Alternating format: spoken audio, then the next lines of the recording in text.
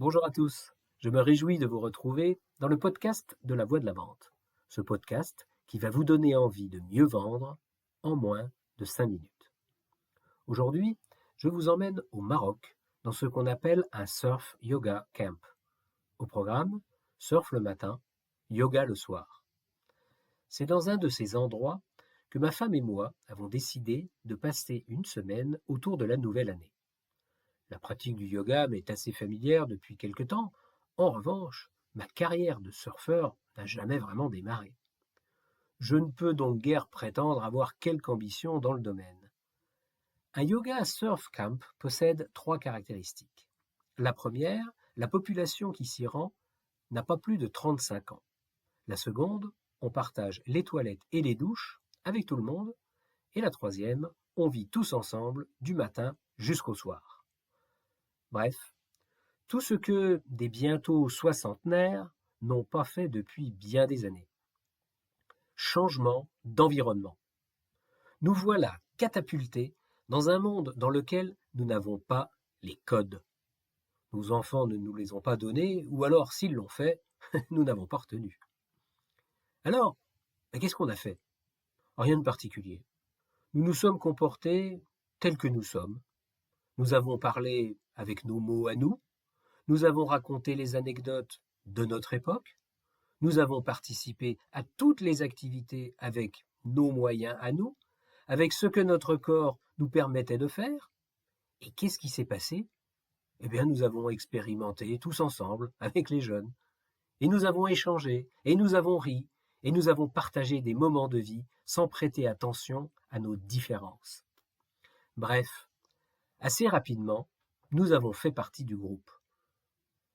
Mais alors, vous allez me dire, ouais, ok, bien, bravo, vous êtes vieux, vous vous êtes fait accepter par un groupe de jeunes, ok, mais il se trouve où le leadership là-dedans?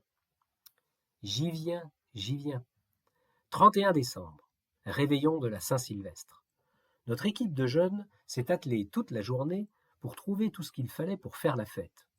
Au niveau alcool, la bière trop chaude, le vin rouge imbuvable et le mousseux qui m'a garanti un mal de tête le lendemain matin m'ont convaincu d'une chose, ce soir, je reste sobre.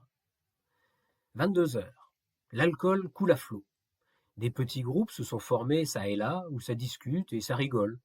Mais franchement, il n'y a pas d'ambiance. Ma femme se lève et se met aux manettes pour la musique. Je lui emboîte le pas et je me mets à danser. À l'image du surf, mes capacités de danseur sont toujours demeurées relativement timides. Mais je m'en fous, j'ai juste décidé de m'amuser. Au diable le ridicule. Et là, qu'est-ce qui s'est passé? Les gens ont regardé, ils ont rigolé, et puis ils se sont mis à danser. Et ils ont proposé de nouveaux morceaux de musique. Bref, ils se sont mis à participer, et l'ambiance est devenue du feu de Dieu. Résultat des courses, à minuit, nous nous sommes tous tombés dans les bras les uns des autres, en nous souhaitant une bonne année, et nous avons continué à danser jusqu'au petit matin. Le surlendemain, lorsque nous sommes partis, chaque personne présente en ce soir de la Saint-Sylvestre, qu'il soit autrichien, allemand, libanais, anglais, marocain ou français, nous a pris dans ses bras, nous a déclaré combien il avait été heureux de croiser notre chemin et a conclu par « Votre couple représente pour nous une source d'inspiration ». Waouh, j'en ai encore la chair de poule rien que d'y penser. Alors pourquoi est-ce que je vous ai raconté cette histoire et quelles leçons en tirer par rapport au leadership? Eh bien, si vous voulez exercer votre leadership, ne réfléchissez pas. Soyez vous-même.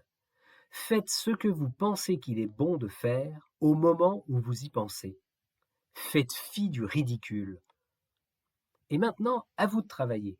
Prenez un papier, un crayon. Écrivez-y la dernière fois où vous avez réussi à réunir des gens autour de vous. Vous vous y êtes pris comment?